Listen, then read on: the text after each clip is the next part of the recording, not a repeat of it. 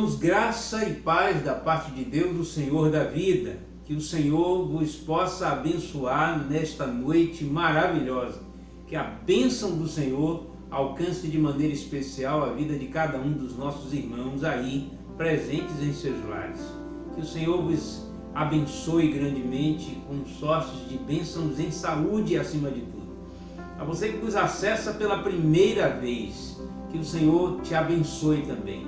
Não esqueça, faça a sua inscrição nesse canal, para que você possa acessar os vídeos que são enviados pela Igreja Batista do Lobato. Que o Senhor vos abençoe grandemente, que a graça desse Deus maravilhoso seja derramada sobre a sua vida e a sua família. Eu quero orar nesse momento contigo, em nome do Senhor Jesus.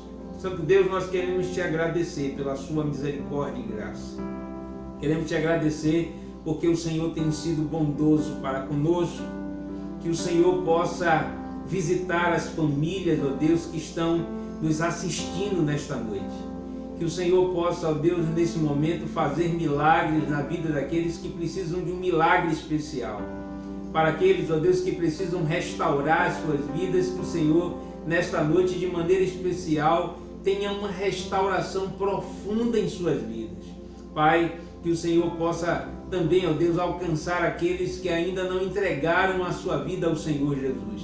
Que eles possam, ó Deus, abrir os seus olhos, conseguir enxergar, ó Deus, aquele, ó Deus, que nos enxerga em todo o tempo, que não nos abandona em qualquer circunstância. Nós te agradecemos pelo seu grande amor e é no nome do teu Filho Jesus que nós te agradecemos. Amém. Eu quero te convidar nesse momento a abrir a palavra de Deus no Salmo. E nós vamos fazer a leitura do Salmo de número 113.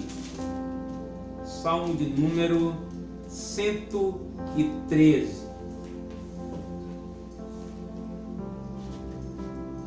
Exortação a louvar a Deus. Ele diz: louvai ao Senhor, louvai ao Senhor, louvai o seu nome. Bendito o nome do Senhor desde agora e para sempre. Desde o nascimento do sol até o ocaso, seja louvado o nome do Senhor. Exaltado está o Senhor acima de todas as nações, e a sua glória sobre os céus.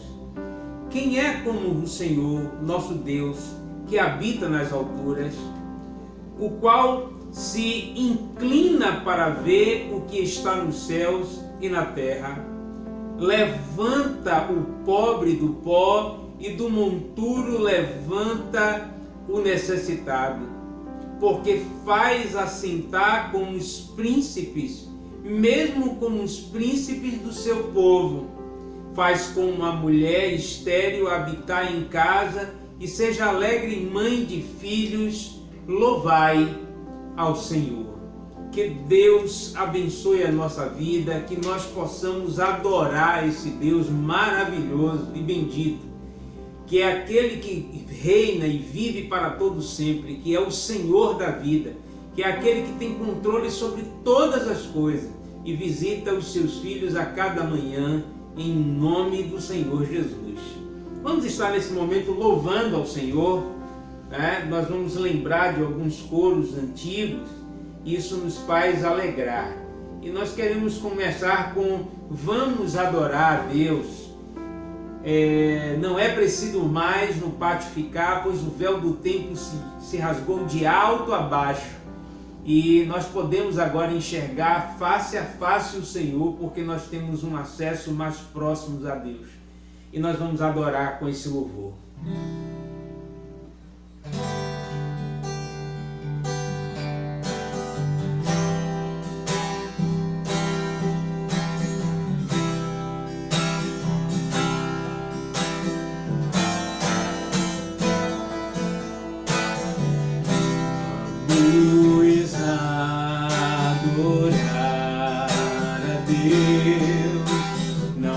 Preciso mais no pátio ficar. O templo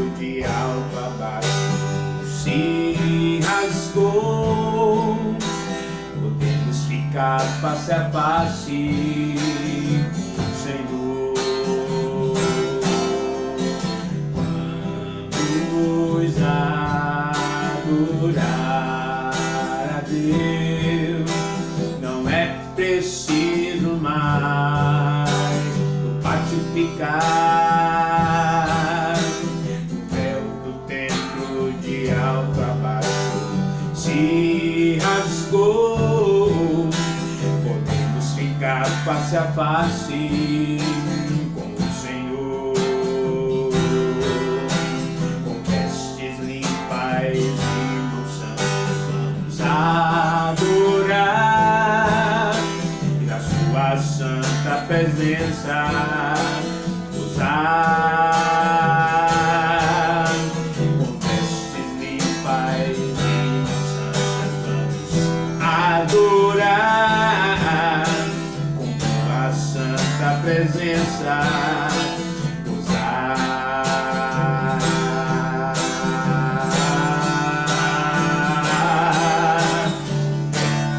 Nos adorar a Deus, não é preciso mais no pátio ficar.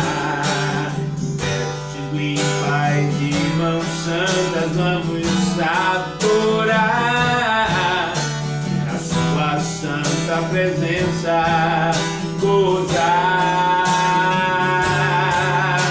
Com vestes limpas e mãos santas vamos adorar, e na sua santa presença usar.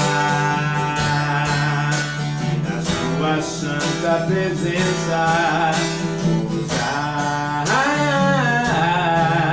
E na sua santa presença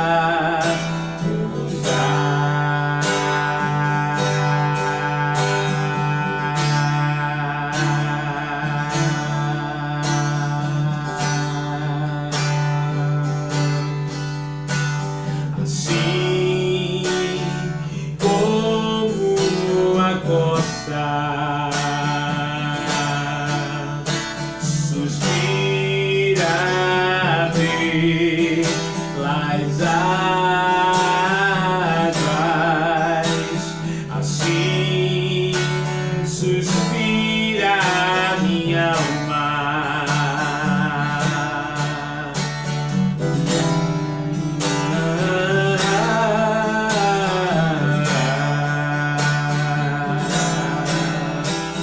Assim como a costa suspira pelas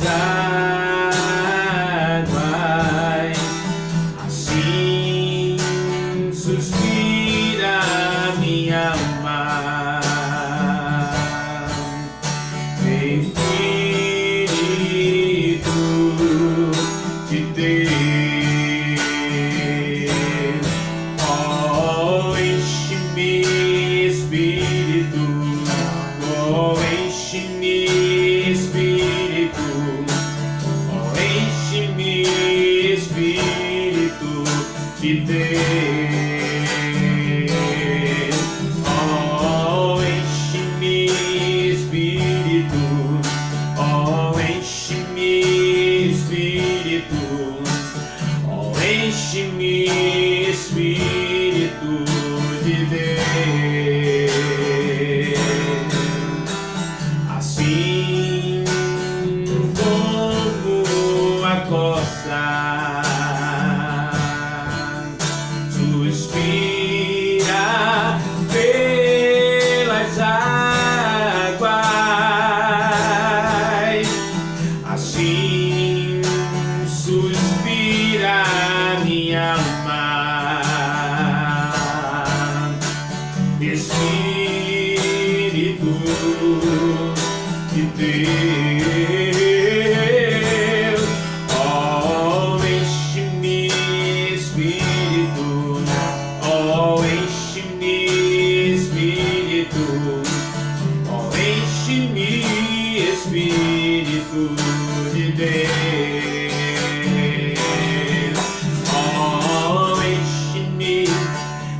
Espírito, oh, enche-me, Espírito, oh, enche-me, Espírito de Deus.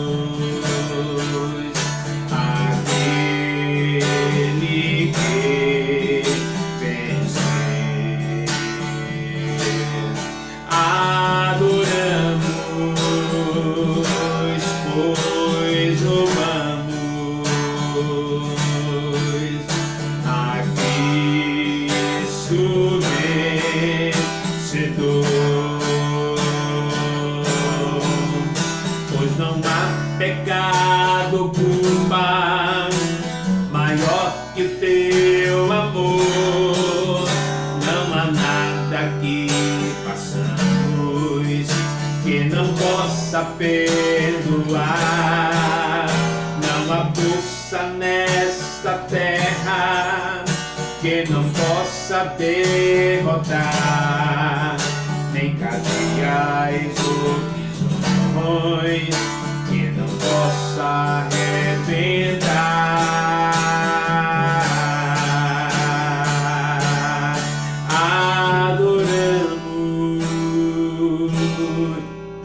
Adoramos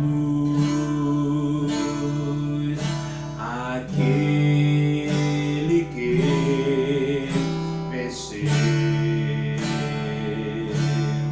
Adoramos, pois louvamos a Cristo vencedor.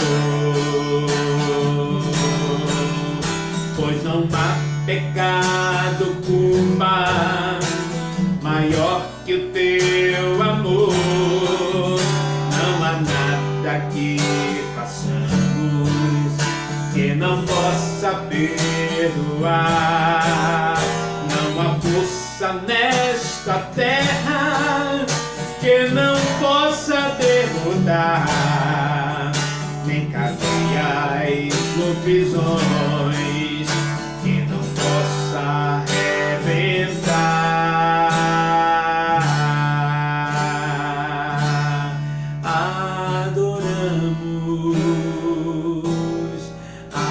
Adoramos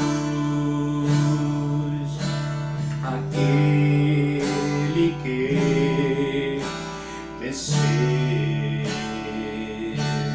Adoramos, pois amamos a Cristo vencedor.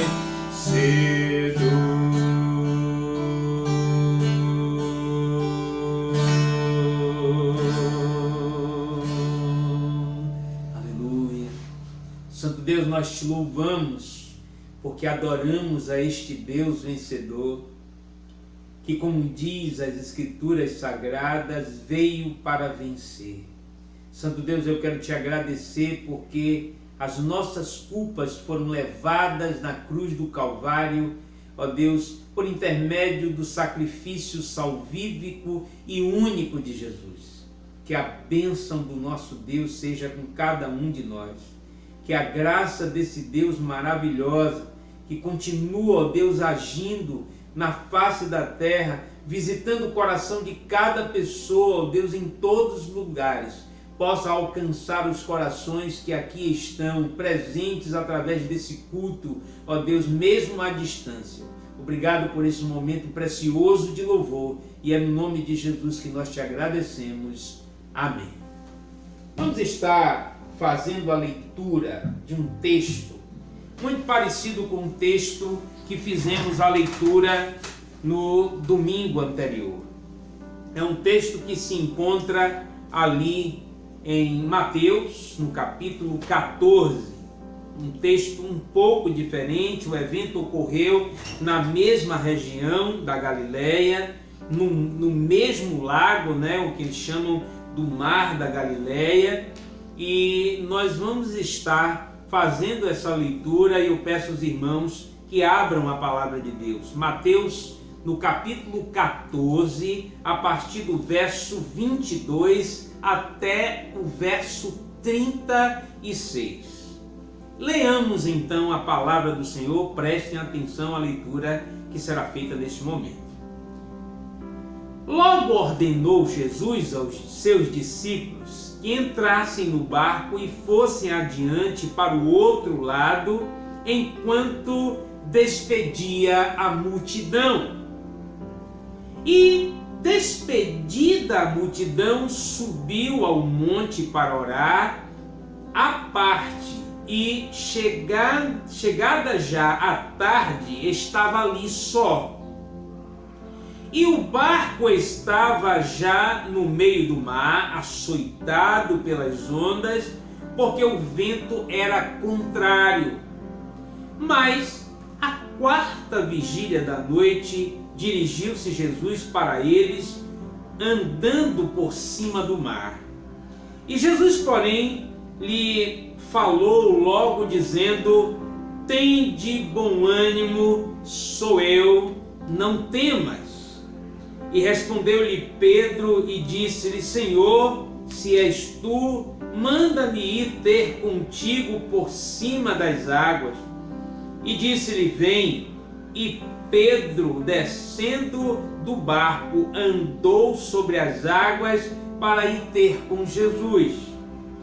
Mas sentindo o vento forte, tendo medo, na verdade, e começando a ir ao fundo, clamou dizendo: Senhor, salva-me.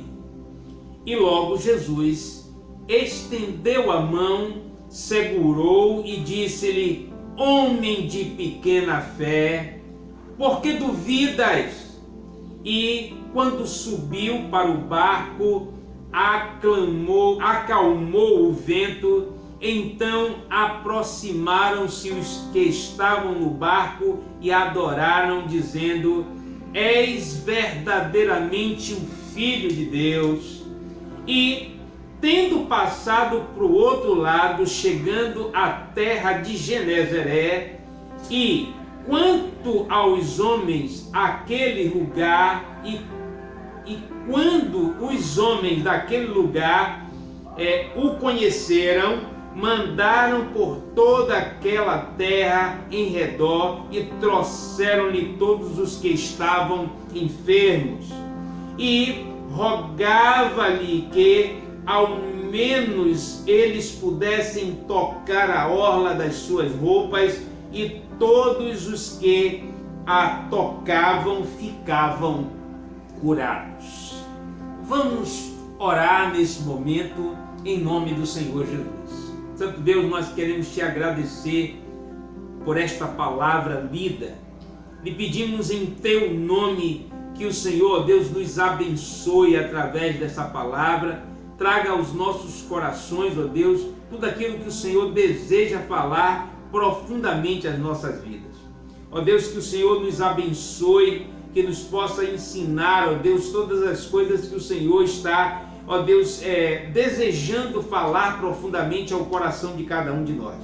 Mas antes te peço, Deus, que o Senhor fale profundamente ao meu coração, e que por intermédio disso também aos corações dos demais, por consequência, sejam falados através do seu Santo Espírito. Obrigado pela sua palavra, em nome de Jesus. Amém. Muito bem. Este texto que a gente acabou de fazer a leitura nos traz algumas coisas muito interessantes, né? A primeira coisa que a gente vai observar que esse é um segundo evento que ocorre no mesmo lugar. Domingo passado nós tivemos a oportunidade de falar aos nossos irmãos a respeito do que ocorreu, né?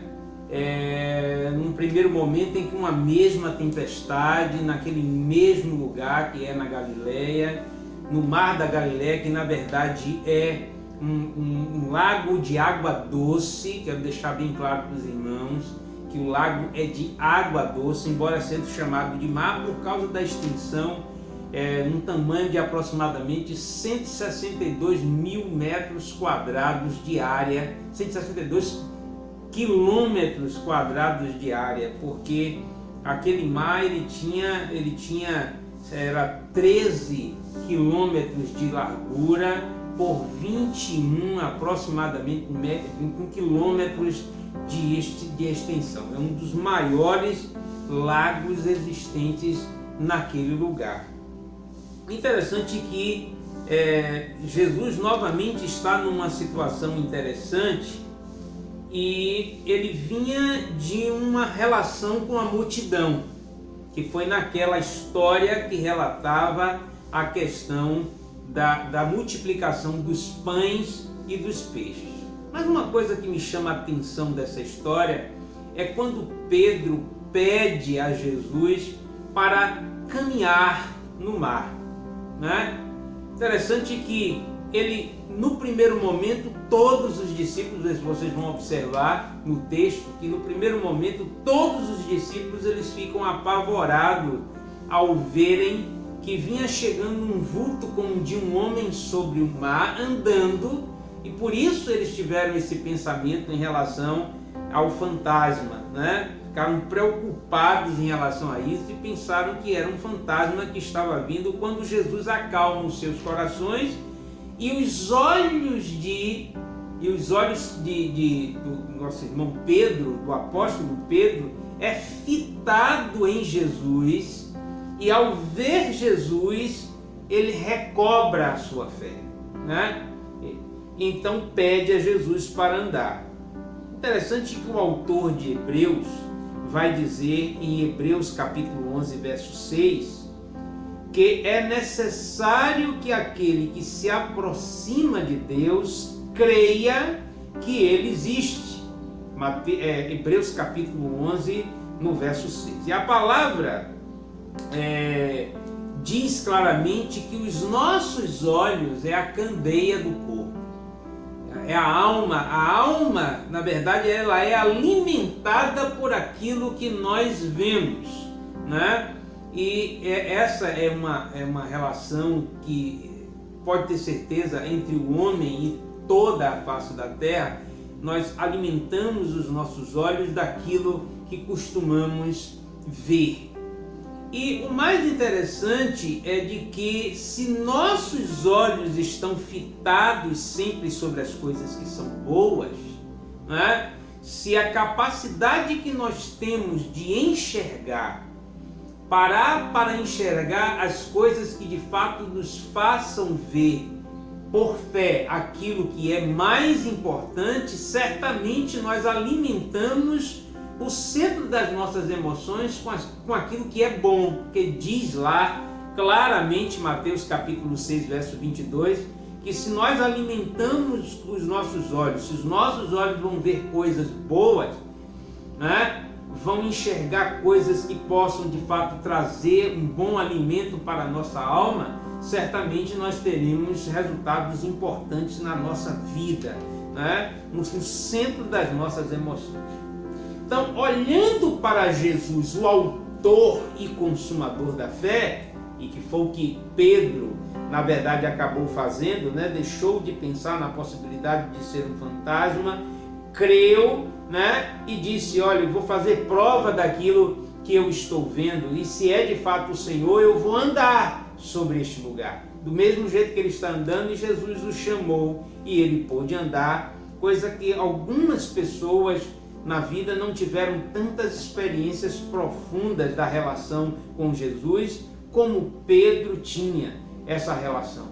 Por isso, de grande importância para Deus separar Pedro de maneira especial, ter zelado por ele, quando o próprio Jesus Cristo chega e diz que Satanás queria acessar a sua vida, passando-lhe por uma peneira, e certamente ele não resistiria, mas o Senhor intercedeu por ele, e a sua fé alimentou de maneira especial a vida dos seus irmãos, e Pedro foi um grande pregador do Evangelho. Então Jesus tinha realizado naquele período, antes desse evento no mar, a multiplicação dos pães e dos peixes. Interessante que neste evento, Jesus observa que os seus discípulos estão olhando novamente para as coisas erradas. Quando ele chama a atenção dos seus discípulos e pergunta a respeito do que se tinha para oferecer para aquela multidão, que passava de 10 mil pessoas, a gente pode acreditar nessa possibilidade, ele traz uma criança que está, um garoto que está com apenas uma quantidade muito pequena para uma quantidade muito grande de gente, de alimento. Eram apenas 5 pães e 2 peixinhos, e ele os traz de fato para Jesus, diz: olha, aqui só tem 5 pães e 2 peixinhos, e eu acredito que os olhos deles naquele momento deixaram de enxergar a quem de fato eles deveriam enxergar. Interessante que no evento contado no domingo, eu falava para os irmãos que Jesus estava no barco tranquilo, mas o que Jesus queria que os seus discípulos fitassem os olhos para aquele que estava no barco, que é o Senhor da vida.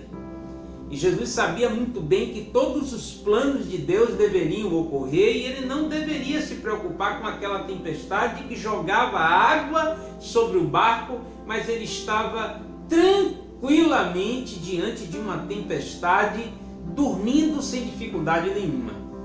Porém, ele queria que a fé dos seus discípulos, elas não fossem apenas exterior, aquilo que eles pudessem estar a observar, mas eles pudessem internalizar a sua fé de uma maneira muito mais especial, da qual Deus esperava do coração de cada um deles. Como Pedro mais tarde teve a coragem de dizer: tu és o Cristo, o Filho do Deus vivo, quando questionado por Jesus: quem vocês de fato pensam que eu sou? Como ele gostaria que os discípulos naquele momento de aflição pudessem de fato enxergá-lo como o Filho de Deus, como aquele que construiu todas as coisas, como diz muito bem João no seu Evangelho. Ele vai dizer claramente de que ele estava no princípio com Deus, e todas as coisas foram feitas por ele, e por intermédio dele tudo que foi feito de fato se fez, porque ele estava presente e conhecia muito bem. E nós mostramos que o fenômeno da natureza, a própria natureza, ela estava muito mais a obedecer o Senhor de toda a vida, de todas as coisas, do que os seus próprios discípulos, que deveriam analisar essas questões de uma maneira muito mais prática, no sentido de que o Filho de Deus, o próprio Deus vivo, estava ali e os protegia.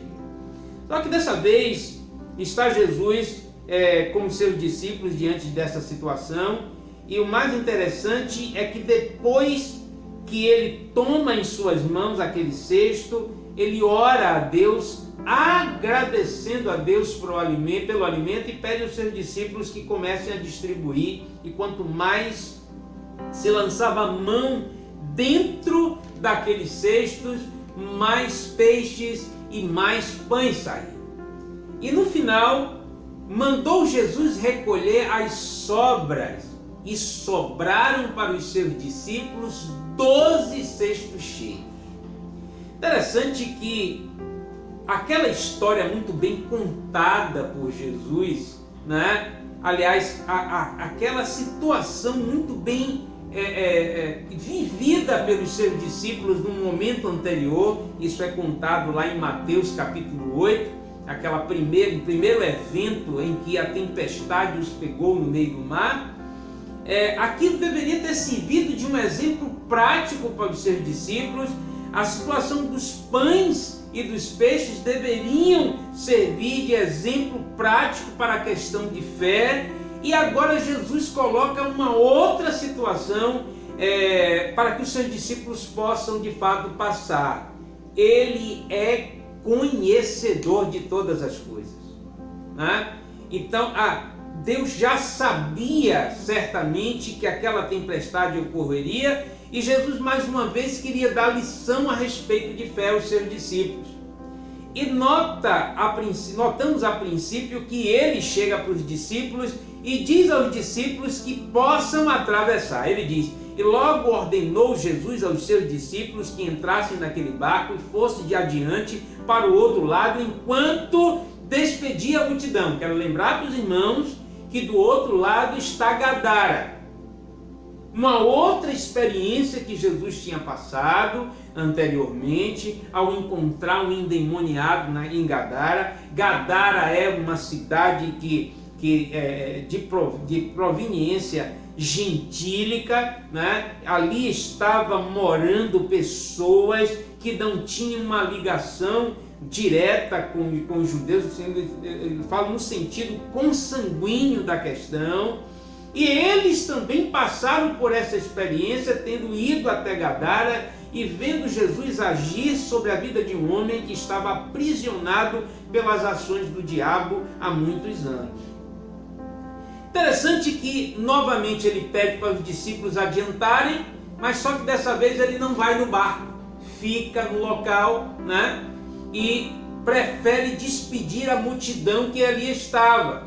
Jesus já tinha percebido que aquelas pessoas que tinham ouvido durante um tempo não estavam preocupados, na verdade, com a palavra que ele tinha a explanar, e sim com o pão que ele tinha a oferecer, e ele tinha ainda muito a os ensinar a respeito desse pão, que era ele mesmo. E ele vai dizer lá num outro texto que se encontra em João, de que o povo no passado buscava, na verdade, um pão que perecia, e ele era o verdadeiro pão do céu. Era ele que é o sustento, é ele que nos guarda, é ele que nos livra de todos os males, é ele que acalma as tempestades da vida. Baseando-se na fé que nós temos no Senhor, que enfrentamos as nossas lutas e podemos ter a certeza de que ele nos fará vencedores. Então os discípulos estão no barco e estando todos no meio do mar, quando de repente uma senhora tempestade abate aquele mar e começa a açoitar. E agora uma coisa interessante é que os discípulos no barco agora não demonstram estarem apavorados com a tempestade, porque certamente lembrou da outra experiência que eles passaram em meio a uma tempestade naquele mesmo local. E o mais interessante é que Jesus, ele resolve de repente caminhar na terceira vigília da noite para chegar até o barco, e vai andando. E a distância era grande, porque o barco estava no meio do mar. Eu quero lembrar para os irmãos que de margem a margem são 13 quilômetros. E Jesus percorre exatos 6,5 quilômetros andando e chega até o barco. E quando ele chega próximo ao barco, a primeira coisa que ocorre é que os olhos, que são a candeia do corpo daqueles discípulos, não olham para a maior de todas as coisas, que é olhar para o autor e consumador da nossa fé. Eles vão olhar para as circunstâncias que são muito bem lembradas pelas pessoas, e me faz lembrar de algo que o salmista vai dizer, se não me engano, no Salmo 123. Ele diz o seguinte, Salmo 123, verso 1: a ti elevo os meus olhos, ó tu que habitas no céu. Assim como os olhos dos servos atentam para as mãos dos seus senhores e das suas servas também para as mãos das suas senhoras, assim o nosso olhar atenta para Deus. E notamos que o olhar dos seus discípulos não está voltado para o céu, e sim para as coisas que as pessoas contavam a respeito desses fenômenos que eles diziam acontecer de forma sobrenatural, dentre os quais ele analisa a figura de alguém que turvamente vem no mar, e ali está a escuridão. Talvez eles tivessem alguma candeia no barco, mas que talvez no meio daquela ventania toda, aquela candeia pudesse ter se apagado, e eles viram um vulto chegando, e a primeira coisa que se lembra não é da fé, e sim do medo, e sim de fenômenos contados pelos homens, mas que não deveriam estar na mente, guardada na alma dos seus discípulos, e sim os ensinamentos do Senhor. Então, a primeira coisa que nós precisamos entender é que nós devemos estar diante das circunstâncias, diante dos momentos de pavor, diante dos momentos de sofrimento, com os nossos olhos fitados para o céu. Outra coisa importante que a gente precisa entender é que os discípulos, vendo então o mar, assustaram-se com essa situação em relação a Jesus, e a primeira coisa que ele vai dizer aos seus discípulos é: tenham bom ânimo. É a mesma palavra que ele usou naquele outro evento em que a tempestade veio de maneira tal que as ondas caíam sobre o barco e ele dormia. E novamente Jesus abre a sua boca diante dos seus discípulos e diz: olha, acalmem-se, tenham ânimo, porque sou eu e vocês não precisam temer. Quem tem o Senhor do lado não precisa temer as circunstâncias da vida. Eu sempre dizia à minha mãe, quando eu era jovem, e digo à minha esposa de vez em quando ela está preocupada para onde vou, cuidado com o carro, lógico, nós precisamos tomar todos esses cuidados mesmo que as nossas esposas sempre cobram da gente. E eu sempre digo para ela: minha filha, se o Senhor não guardar a casa, em vão, se o Senhor não guardar a cidade, em vão trabalha o sentinela. É Deus quem guarda a nossa vida, não a nossa capacidade humana de poder fazer a nossa parte. Lógico que Deus não está deixando de lado a responsabilidade que nós temos de cuidar da nossa parte ao realizar determinadas situações na vida. Nós somos também responsáveis por isso. E naquilo que nós não conseguimos fazer, os discípulos talvez não conseguissem humanamente fazer muita coisa em relação à questão dos ventos. Mas humanamente, com os ensinos que foram dados de maneira humana por Jesus, e esses ensinos eles são espirituais, eles deveriam terem introjetado no coração de maneira tal que eles não pensassem em outra coisa senão no Senhor. E eles não pensaram assim. Interessante que Jesus, depois que pede ânimo, a primeira coisa que ocorre é que Pedro recobra a sua visão espiritual e diz, fazendo algo que talvez a gente não perceba, mas ele vai fazer uma prova: se és tu, Senhor, que eu possa andar no mar como o Senhor está andando. E Jesus chega para ele e diz, verso 29, vem Pedro, vem, anda. E Jesus sabia perfeitamente que num determinado momento Pedro mais uma vez ia deixar de fitar os seus olhos para o lugar sério. E aí uma segunda lição, a princípio como uma pergunta: para onde você está olhando quando de repente você percebe que Deus está presente em um determinado momento da sua vida, né? Quando de repente você percebe que as dificuldades estão chegando próximos a você, para onde você está olhando? Para quem você está olhando quando isso ocorre? A gente precisa perguntar isso em todo momento. Então a questão não está como você está olhando, para quem e para onde você está olhando. No caso específico de Pedro, ele está olhando para o que ele não deveria estar olhando. Ele está prestando atenção exatamente para os fenômenos que muitas vezes são nos ensinados por diversas pessoas, menos por Deus.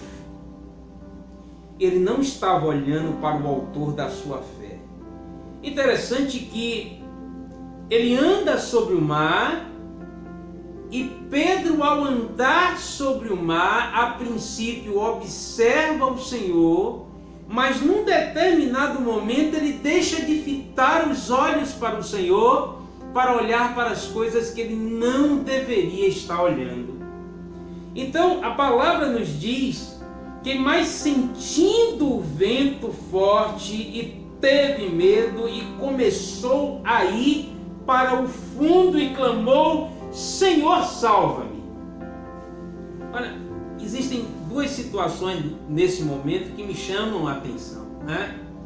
A primeira coisa é de que, recobrando a sua fé, ele passa a observar e crer naquele que te excita a realmente viver por fé e não por vista. Mas num outro momento, os seus olhos, fragilizados pelo vento forte e pela tempestade, deixa de enxergar o autor dessa fé, e de repente essa pessoa que deixa de enxergar o autor da fé começa a observar ao seu redor e começa a afundar. E aí cabe uma segunda lição interessante da nossa vida, é de que nós não devemos perder o foco em Deus, não importa qual seja a condição que nós possamos passar na vida. Nós precisamos focar os nossos olhos sobre as coisas que Deus nos ensina, sobre os ensinamentos de Deus, sobre as coisas importantes que devem ser observadas em todo o tempo, sobre o ensinamento do Senhor, sobre a experiência do Senhor na nossa vida, recobrando a memória sobre coisas que são boas, lembrando do que a palavra nos diz, que nós devemos sempre estar recobrando a memória as coisas que são importantes para a nossa vida. Nós não podemos deixar de lembrar dessas circunstâncias. E um outro ponto interessante é de que, diante da sua falta de fé, ele é capaz de se lembrar por fé desse Senhor que nos ajuda no momento da aflição, porque ele grita: salva-nos, Senhor. Venha nos salvar, porque eu estou afundando. Interessante que Jesus lança a mão sobre ele e mais uma vez lhe puxa a orelha. Homem de fé pequena. E era algo que deveria ser muito menor do que um grão de mostarda, quando Jesus fala sobre o grão de mostarda em Marcos, né? Ele chega e diz da importância que nós temos de ter uma fé, mesmo que pequena, mas consistente. Lembrando das coisas que nos dá esperança e não nas coisas que nos faz recobrar aquilo que não é bom. E quando subiram para o barco, ele mais uma vez prova para os seus discípulos o tamanho do seu senhorio e diz ao vento que mais uma vez se cale, e os seus discípulos, diante dessa experiência mais uma vez maravilhosa, adoram a ele, se prostam diante do Senhor, adorando, né?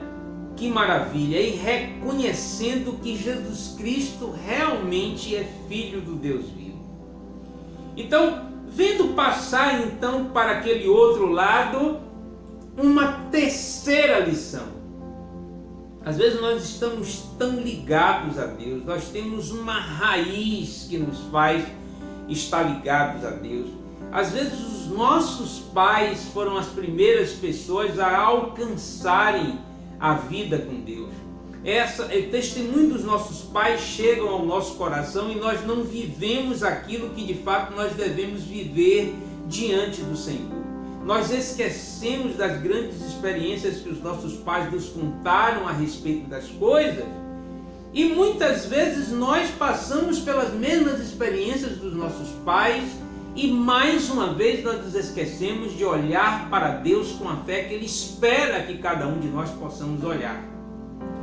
E aí está uma terceira situação muito interessante, é de que quando ele atravessa para o mesmo lugar onde mora aquelas pessoas que são gentílicas, essas pessoas elas não tinham uma raiz de ligação com o Senhor, eles não faziam parte do povo semita que um dia saiu daquele deserto, que alcançou maravilhas por intermédio de tantas experiências maravilhosas, em que Deus, numa ocasião, se aborrece com este povo que está longe deles, promete inclusive destruir. Moisés clama em favor das suas vidas, eles continuam a caminhar, os seus filhos chegam à terra prometida, Jesus vem a nos salvar, eles têm toda uma experiência, mas quem reconhece de fato aquele que é o Senhor, pela experiência de fé, aqueles que não têm uma ligação profunda com o Senhor.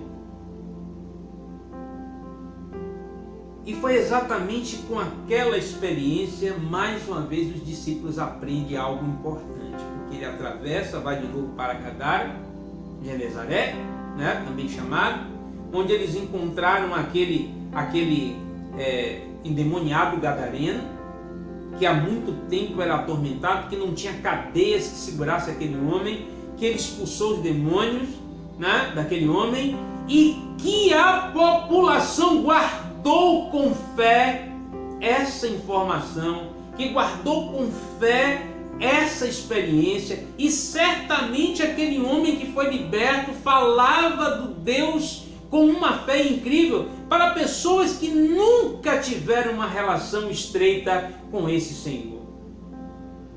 E disse: traga todos os enfermos existentes neste lugar. Porque aquele homem que um dia promoveu algo importante e que trouxe uma marca profunda ao meio do nosso povo, este homem está aqui e ele os curará. E dizia: permita-nos pelo menos tocar na orla do vosso vestido. E aqueles homens tocaram na orla do vestido do Senhor e foram salvos. O Senhor é aquele que nos livra das ações do inimigo. O Senhor é aquele que promove sobre as nossas vidas respostas poderosas na hora da nossa necessidade alimentar. Deus é aquele que nos livra das situações repentinas, dos acidentes, dos momentos perigosos de ações contra a saúde, das situações que estão relacionadas à pandemia, as outras coisas que talvez os homens não possam conhecer. Quantas pessoas no nosso país, se nós temos hoje um número significante de pessoas que morreram, também somos um país que mais curou pessoas, que mais pessoas direcionaram a sua fé ao Deus genuíno, que é capaz de usar instrumentos inacreditáveis para poder nos livrar de todo o mal. Também esse mesmo Senhor, poderoso, Criador dos céus e da terra, é capaz de mais uma vez nos ensinar que os nossos olhos precisam estar fitos sobre Ele e não sobre as circunstâncias da vida. E saber que em determinadas situações da vida é necessário de que nós façamos a nossa parte na história. Mas acima de tudo, que os nossos olhos não mirem sobre as coisas que são irreais, sobre as coisas que não são verdadeiras, mas trazer a nossa recordação que Jesus é o verdadeiro Filho de Deus, é aquele que nos ajuda seja lá nos momentos da nossa vida, seja lá em quaisquer que forem as circunstâncias que nós estivermos passando. Que a bênção do Senhor possa alcançar a sua vida desta forma. Que a graça desse Deus maravilhoso alcance o seu coração de maneira especial. Que você se lembre, fite seus olhos sobre Deus e lembre-se aquilo que Hebreus nos ensina. Hebreus capítulo 11, muito bem ensinado pelo autor de Hebreus a respeito da fé, que nos faz recobrar esta memória para a glória de Deus. E nos diz, Hebreus capítulo 11, verso 6, ora, sem fé é impossível agradar-lhe, porque é necessário que aquele que se aproxima de Deus creia que Ele existe e que é galardoador de todo aquele que o busca.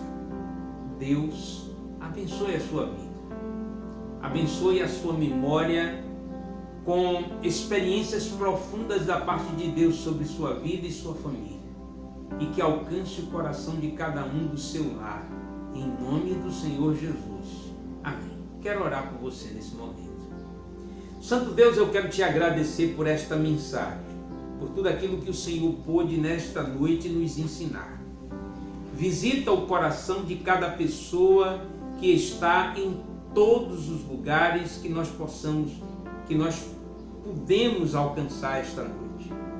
Deus, que o Senhor também traga à memória das nossas vidas tudo aquilo que nos faz compreender a grandeza de quem é o Senhor. E nos perdoa os nossos pecados, perdoa-nos, ó Deus, dos momentos em que deixamos de fitar os nossos olhos por uma falta de crer, por falta de uma crença eficiente, por falta de uma crença que chegue a ser maior pelo menos do que um grão de mostarda. Que nós possamos, ó Deus, alimentar a nossa vida como aquele povo gadareno pôde alimentar a sua vida com uma experiência da qual Jesus deixou naquele lugar quando libertou aquele povo de um endemoniado que não tinha cabeça que pudesse o segurar. E obrigado, Senhor Deus, pela oportunidade de poder orar pelas pessoas, por este que está acessando o nosso canal pela primeira vez, pelos nossos amados irmãos da Primeira Igreja Batista do Lobato e por todas as pessoas que serão alcançadas pela sua palavra, em nome de Jesus. Amém. Recebam todos a bênção apostólica. Que o amor de Deus Pai, poderoso, Criador dos céus e da terra, que a graça maravilhosa do Senhor e as consolações do seu Santo Espírito seja com teu povo, hoje e para sempre. Amém. Deus abençoe a sua igreja.